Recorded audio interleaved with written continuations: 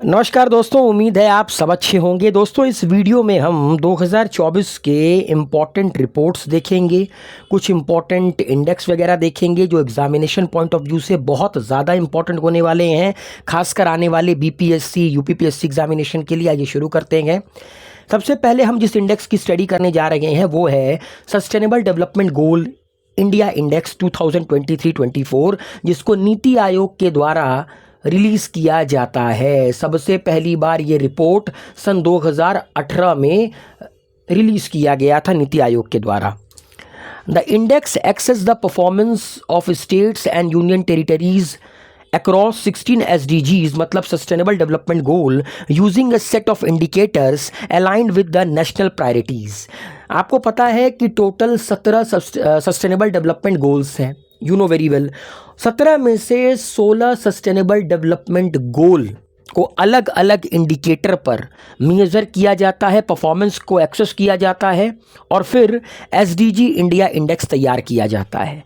The SDG India index measures national progress. मतलब देखिए, SDG India index से आपको यह भी पता चलता है कि आपका देश प्रोग्रेस कर रहा है या नहीं कर रहा है, ठीक, प्रीवियस ईयर के मुकाबले। The SDG India Index measures national progressing using 113 indicators। कितने इंडिकेटर्स का इस्तेमाल किया जाता है? 113 इंडिकेटर्स का इस्तेमाल कर कर ही पता लगाया जाता है कि प्रोग्रेस हो रहा है या नहीं, ठीक।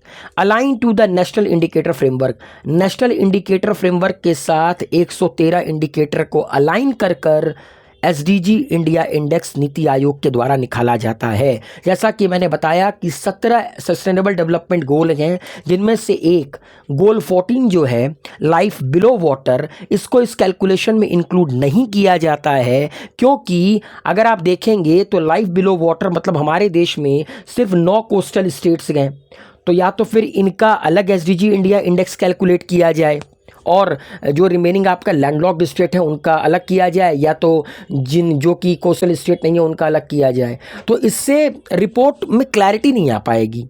इसीलिए कॉमन पैरामीटर पर वो SDG गोल जो कॉमन है, मतलब 16 SDG गोल जो कॉमन है हर राज्य और यूनियन टेरिटरीज पर, उसके बेसिस पर SDG इंडिया इंडेक्स को कैलकुलेट किया गया है। जो गोल 14 है उसको इंक्लूड नहीं करते हैं, ठीक है। नाउ अब बढ़ते हैं आगे और देखते हैं कि SDG इंडिया इंडेक्स में किस राज्य ने कैसा परफॉर्म किया या क्या स्कोर निकल कर आया। जो भी SDG इंडेक्स निकाली जाती है, सस्टेनेबल डेवलपमेंट गोल इंडेक्स निकाली जाती है, राज्य हो यूनियन टेरिटरी हो, उसका रिजल्ट कुछ इस तरह से निकल कर आता है कि अगर स्कोर 0 से लेकर 49 है तो वो एस्पिरेंट की कैटेगरी कहलाती है। अगर 50 से 64 है तो परफॉर्मर, 65 से लेकर 99 है तो फ्रंट रनर, और अगर 100 है तो इसका मतलब क्या है, अचीवर। तो 2018 में जब पहली बार SDG इंडिया इंडेक्स निकाला गया था तब हमारे देश का ओवरऑल स्कोर था 57, मतलब तब हम परफॉर्मर की कैटेगरी में थे। फिर 2020-21 में ये स्कोर कितना हो गया, 66। हम लोगों ने 2018 के मुकाबले इम्प्रूवमेंट किया। अब 2023-24 में ये स्कोर है 71। हम लोगों ने 2020-21 के मुकाबले और बेहतर इम्प्रूव कर लिया, मगर अभी भी हम परफॉर्मर की ही कैटेगरी में अभी हम फ्रंट रनर की कैटेगरी में आते हैं। मतलब 2018 में हम परफॉर्मर की कैटेगरी में थे, फिर 2020-21 और 2023-24 इम्प्रूवमेंट करते हुए हम फ्रंट रनर की कैटेगरी में आ गए, बिकॉज हमारा स्कोर 65 से लेकर 99 के बीच में है। टॉप परफॉर्मर स्टेट कौन से थे? केरला एंड उत्तराखंड, दोनों का स्कोर रहा 79 पॉइंट्स, मतलब फ्रंट रनर। और तीसरे नंबर पर तमिलनाडु आता है। तो केरला, उत्तराखंड, तमिलनाडु। सबसे लोएस्ट परफॉर्मर स्टेट रहा बिहार। बिहार का टोटल स्कोर था 57 पॉइंट, मतलब इन कैटेगरी ऑफ परफॉर्मर। और उसके बाद Jharkhand 62 point in category of performer, ठीक है दोस्तों। तो अगर पूछा जाए कि SDG इंडिया इंडेक्स 2023-24 के टॉप 3 स्टेट कौन से थे, मतलब टॉप परफॉर्मर कौन रहे, उत्तराखंड, केरला, या कह सकते हैं केरला उत्तराखंड, क्योंकि दोनों का सेम पॉइंट है 79 एंड थर्ड नंबर पर तमिलनाडु, और लोएस्ट परफॉर्मर रहा बिहार एंड झारखंड। कुछ SDG गोल में इम्प्रूवमेंट देखने को मिली प्रीवियस एसडीजी इंडेक्स के मुकाबले, मतलब 2018-20 के मुकाबले काफ़ी सारी जगहों पर इम्प्रूवमेंट देखने को मिला। जैसे गोल वन में हम लोगों ने प्रीवियस ईयर के मुकाबले, या कह सकते हैं कि प्रीवियस एसडीजी इंडेक्स के मुकाबले बेहतर परफॉर्म किया। गोल 8 और गोल 13, जिसमें से गोल 13 जो था has made the most notable improvement with it score rising from 54 to 67। हम लोगों ने सबसे अच्छा जो सबसे अच्छा परफॉर्मेंस किया वो गोल 13 में किया। गोल 13 में हमारा प्रीवियस एसडीजी इंडेक्स में स्कोर 54 था, जो बढ़कर इस बार 67 हो गया, मतलब 13 पॉइंट की हम लोगों ने छलांग लगाई। गोल 1, यहाँ पर भी अच्छा खासा इम्प्रूवमेंट देखने को मिला, मतलब नो पावर्टी वाला जो गोल है, जिसमें पहले मतलब इसके प्रीवियस एसडीजी इंडेक्स में हम 60 नंबर पर थे, अब हम 72 नंबर पर हैं। तो अगर पूछा जाए कि वो कौन सा एसडीजी था, मतलब सस्टेनेबल डेवलपमेंट गोल था, जहाँ पर हमारे देश ने एसडीजी इंडिया इंडेक्स में सबसे बेहतर परफॉर्म किया, तो वो था गोल 13। ठीक, देन सेकंड में आपका गोल 1, दैट इज़ नो पावर्टी। सबसे बेकार परफॉर्मेंस हमारा रहा गोल 5 जेंडर इक्वालिटी में, जहाँ पे हमारा स्कोर अभी भी 50 के नीचे है, मतलब अभी भी हम एस्पिरेंट की कैटेगरी में आते हैं। सबसे बेकार परफॉर्मेंस हमारा गोल 5 में रहा, सबसे बेहतर गोल 1 एंड गोल 13 में, मतलब अमंग ऑल गोल 13 देन गोल 1। ठीक है, चलिए अब बढ़ते हैं नेक्स्ट आगे। अब आप देख सकते हैं ये फिगर है, number 1 Uttarakhand, number 2 Kerala, number 3 है आपका तमिलनाडु, नंबर 4 है गोवा। आपको सारे तो याद करने की ज़रूरत नहीं है, शुरू के 3-4 याद रखिएगा। तो उत्तराखंड गए, केरला है, तमिलनाडु है, गोवा है। सबसे बेकार अगर आप देखेंगे तो बिहार गए, झारखंड गए, मिज़ोरम गए, ये सबसे बेकार, मतलब कह सकते हैं इनका परफॉर्मेंस सबसे बेकार रहा। ठीक है, अगर आप यूनियन टेरिटरी के बारे में बात करेंगे तो यूनियन टेरिटरी में सबसे बेटर परफॉर्म किया चंडीगढ़ ने, और सबसे बेकार परफॉर्मेंस रहा लद्दाख का। ठीक, तो ये ज़रूर याद रखिएगा कि टॉप परफॉर्मर कौन रहा, लोएस्ट परफॉर्मर कौन रहा, इसके ऊपर सवाल पूछा जा सकता है। ठीक है, तो हमारे देश में 32 राज्य और यूनियन टेरिटरीज अभी फ्रंट रनर की कैटेगरी में है। मतलब अगर देखें तो ऑलमोस्ट आधा से ज़्यादा भारत अभी फ्रंट रनर की कैटेगरी में आता है। इस बार 10 नए एडिशंस हुए हैं फ्रंट रनर्स की कैटेगरी में, जिसमें अरुणाचल प्रदेश, असम, छत्तीसगढ़, उत्तर प्रदेश, ये कुछ राज्य हैं जो फ्रंट रनर की कैटेगरी में इंक्लूड किए गए हैं। ठीक है, जिनका स्कोर फ्रंट रनर की कैटेगरी के अंडर लाई किया। जैसा कि मैंने बताया, टॉप यूनियन टेरिटरी चंडीगढ़, और लोएस्ट परफॉर्मर रहा किसका, लद्दाख का। और अगर आप 2018 से 2023-24 को कंपेयर करेंगे, मतलब 2018 के एसडीजी इंडेक्स जो कि पहली बार रिलीज़ हुआ था, तब से 2023-24 ये जो चौथा एसडीजी इंडेक्स रिपोर्ट है, अगर आप कंपेयर करेंगे तो सबसे फास्टेस्ट मूविंग स्टेट है उत्तर प्रदेश। उत्तर प्रदेश का स्कोर 2018 से 2023-24 के बीच में 25 पॉइंट इंक्रीज़ किया, इसीलिए उत्तर प्रदेश फ्रंट रनर की कैटेगरी में आ गया। ठीक, नाउ जो कि 65 से लेकर 99 के बीच में इनका स्कोर है उत्तर प्रदेश का, 25 पॉइंट इंक्रीज किया उत्तर प्रदेश ने। सबसे फास्टेस्ट मूविंग स्टेट है बिटवीन 2018 एंड 2023-24। सेकंड नंबर पर आता है जम्मू एंड कश्मीर 21 पॉइंट्स के साथ, मतलब 4 सालों में जम्मू एंड कश्मीर ने 21 पॉइंट्स इंप्रूव किए हैं। और थर्ड नंबर पर आता है उत्तराखंड, और उत्तराखंड तो इस वक्त टॉप पे है। तो ये जो एसडीजी इंडेक्स है दोस्तों, ये बहुत इंपॉर्टेंट है। इनमें से किसी भी एक के ऊपर सवाल पूछा जा सकता है कि किसने बेटर इंप्रूव किया, ओवरऑल स्कोर क्या रहा। देन देयर आफ्टर आपसे ये पूछा जा सकता है कि टॉप परफॉर्मर कौन था, लोएस्ट परफॉर्मर कौन था, स्टेट्स के बारे में पूछ सकते हैं, यूनियन टेरिटरी के बारे में पूछ सकते हैं। तो SDG India index examination point of view से बहुत इंपॉर्टेंट है। नेक्स्ट हम जानेंगे स्टेट की स्टार्टअप रैंकिंग। स्टेट की स्टार्टअप रैंकिंग रिलीज कौन करता है? कॉमर्स मिनिस्ट्री के under, commerce and industry ministry के अंडर में department for promotion of industry and internal trade के द्वारा हर साल स्टेट की स्टार्टअप रैंकिंग रिलीज की जाती है। रिसेंटली 2022 का स्टेट स्टार्टअप रैंकिंग रिलीज किया गया commerce and industry minister Piyush Goyal के द्वारा। अब देखते हैं कि कौन सा जो स्टेट है वो स्टार्टअप कैटेगरी में टॉप परफॉर्मर है। तो देखिए, दो तरह की कैटेगरी में इसको रिलीज किया जाता है। पहली कैटेगरी ए, जिसमें पॉपुलेशन 1 करोड़ से ज़्यादा हो, और कैटेगरी बी जहां पॉपुलेशन 1 करोड़ से कम हो। तो कैटेगरी ए में, अच्छा, इसमें भी आपके 5 कैटेगरी होती हैं: best performer, top performer, leaders, aspiring leaders and emerging startup ecosystem. तो देखिए, यूजुअली सवाल देखा जाता है तो बेस्ट परफॉर्मर के ऊपर ही पूछते हैं।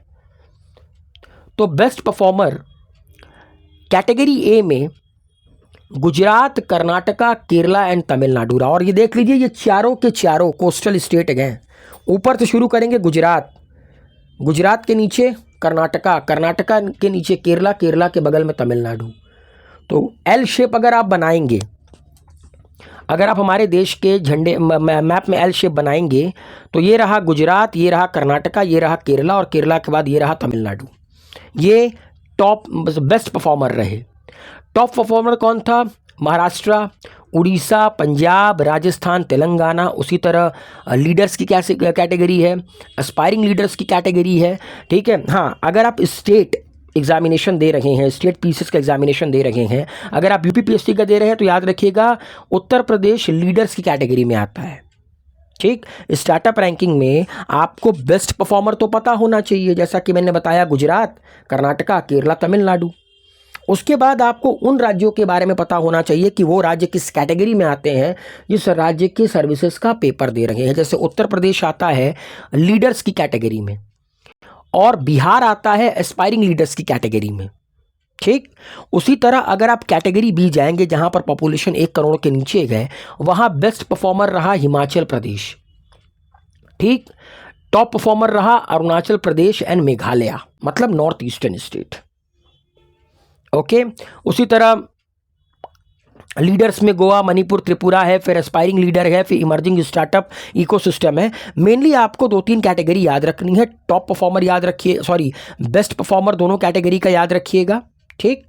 दूसरी चीज़, अगर आप किसी स्टेट पीसीएस का एग्जामिनेशन दे रहे हैं, तो वो स्टेट किस कैटेगरी में आता है। जैसे उत्तर प्रदेश लीडर्स की कैटेगरी में आता है, और एस्पायरिंग लीडर्स की कैटेगरी में आता है बिहार।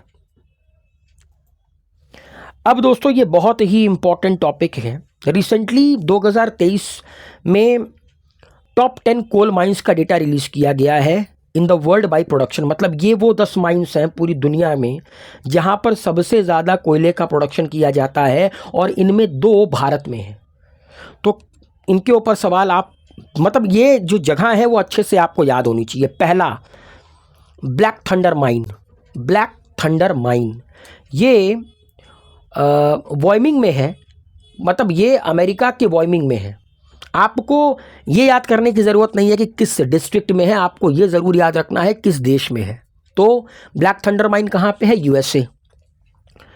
सेकंड नंबर पर आता है इंडिया के छत्तीसगढ़ का गेवरा माइन। बहुत इंपॉर्टेंट है, दिमाग पर ज़रूर बिठा लीजिएगा। गेवरा माइन कहाँ पे है? छत्तीसगढ़ में है।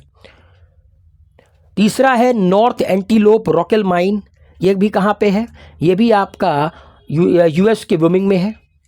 तो ब्लैक थंडर भी यूएसए में है, एंड नॉर्थ एंटीलोप रॉकेल माइन भी यूएसए में है। चौथा आता है कुसमुंदा माइन। कुसमुंदा माइन भी आपका भारत के छत्तीसगढ़ में है। तो पहला, तीसरा यूएस है, दूसरा, चौथा इंडिया है। ठीक है। हायरेवुशु माइन, ये तो चाइना में है, नाम से पता लग रहा होगा, चाइनीज नाम आप तुरंत पकड़ लेते हैं। हाईदेई गौ कोल माइन, ये भी चाइना में है, नाम से पता लग रहा होगा।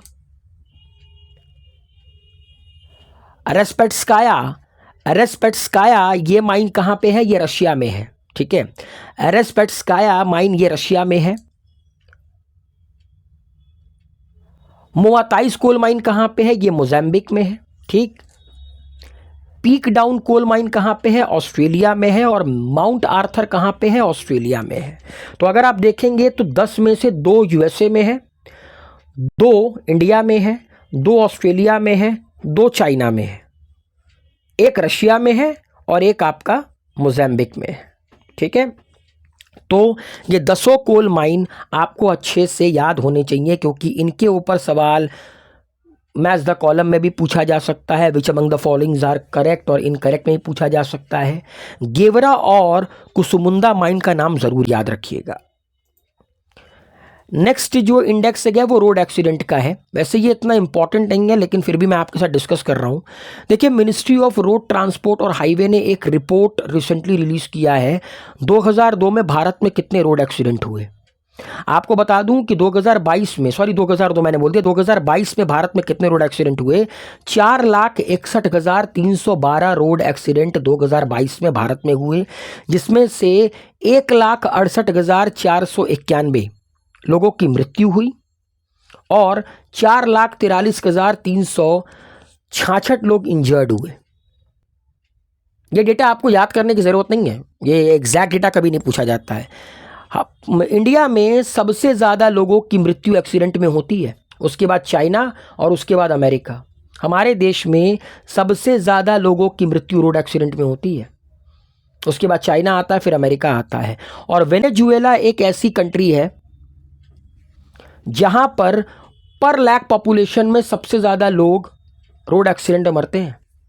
1 लाख लोगों में सबसे ज़्यादा लोग रोड एक्सीडेंट में कहाँ पर मरते हैं? वेनेजुएला में मरते हैं। सबसे ज़्यादा रोड एक्सीडेंट में डेथ कहाँ पे होती है? हमारे देश में होती है। भारत है, फिर चीन है, फिर अमेरिका है। नेक्स्ट, आप देख सकते हैं हमारे देश में सबसे अधिक रोड एक्सीडेंट, ये 2021 का जो डेटा है वो ब्लू लाइन है और 2022 का डेटा रेड लाइन है। अगर आप देखेंगे, चाहे आप 2021 पकड़ लीजिए, 2024 सबसे अधिक डेथ रोड एक्सीडेंट में हमारे देश में, या कह सकते हैं सबसे ज़्यादा एक्सीडेंट, डेथ नहीं आप एक्सीडेंट, सबसे ज़्यादा एक्सीडेंट हमारे देश में रोड एक्सीडेंट के कहाँ पे होते हैं? तमिलनाडु, मध्य प्रदेश, केरला, उत्तर प्रदेश, कर्नाटका। सबसे ज़्यादा कहाँ पे? तमिलनाडु। सबसे अधिक रोड एक्सीडेंट भारत में तमिलनाडु, मध्य प्रदेश, केरला, उत्तर प्रदेश और कर्नाटका। और अगर आप स्टेट देखेंगे तो सबसे कम आपको देखने को मिलेगा कहाँ पे? मिजोरम में। सबसे कम कहाँ पे देखने को मिलेगा? मिजोरम में। बिल्कुल कि भाई देखिए, मिजोरम में पॉपुलेशन कम है, बट ऑब्वियस है, ठीक, लेकिन वहाँ के लोग बड़े सिविलाइज्ड भी हैं, इसमें कोई दो राय नहीं है। आपने अक्सर वीडियो वगैरह देखा होगा नॉर्थ ईस्टर्न स्टेट में कि अगर जो रोड होती है, उस रोड में अगर जाम भी लग जाता है तो लोग अपनी लाइन नहीं तोड़ते हैं। लोग ऐसी कोशिश नहीं करते हैं कि भैया हम इसको तोड़ के आगे निकल जाएं, क्योंकि मेजर एक्सीडेंट उसी के कारण होता है जब लोग ट्रैफिक रूल्स को फॉलो नहीं करते हैं, जब लोग मनमानी तरीके से गाड़ियां चलाते हैं। तो सबसे ज़्यादा रोड एक्सीडेंट कहाँ पे होते हैं? तमिलनाडु, मध्य प्रदेश, केरला, उत्तर प्रदेश, कर्नाटका। ठीक है, हमारे देश में 2022 में जितने भी रोड एक्सीडेंट हुए, अकेले 14% रोड एक्सीडेंट सिर्फ तमिलनाडु में हुए, 13.9%, और मध्य प्रदेश में 11.8%। और उन रोड एक्सीडेंट में सबसे ज़्यादा मरने वालों की संख्या कहां पर है? उत्तर प्रदेश में। पूरे भारत में 2022 में जितने भी लोग रोड एक्सीडेंट में एक्सपायर किए, उसके 13.4% केसेस अकेले उत्तर प्रदेश में, उसके बाद तमिलनाडु। तो सबसे अधिक रोड एक्सीडेंट तो तमिलनाडु में होती है, फिर मध्य प्रदेश है, फिर केरला है, फिर यूपी है, फिर कर्नाटक है। लेकिन सबसे अधिक डेथ रोड एक्सीडेंट से होता है उत्तर प्रदेश में, उत्तर प्रदेश के बाद तमिलनाडु में।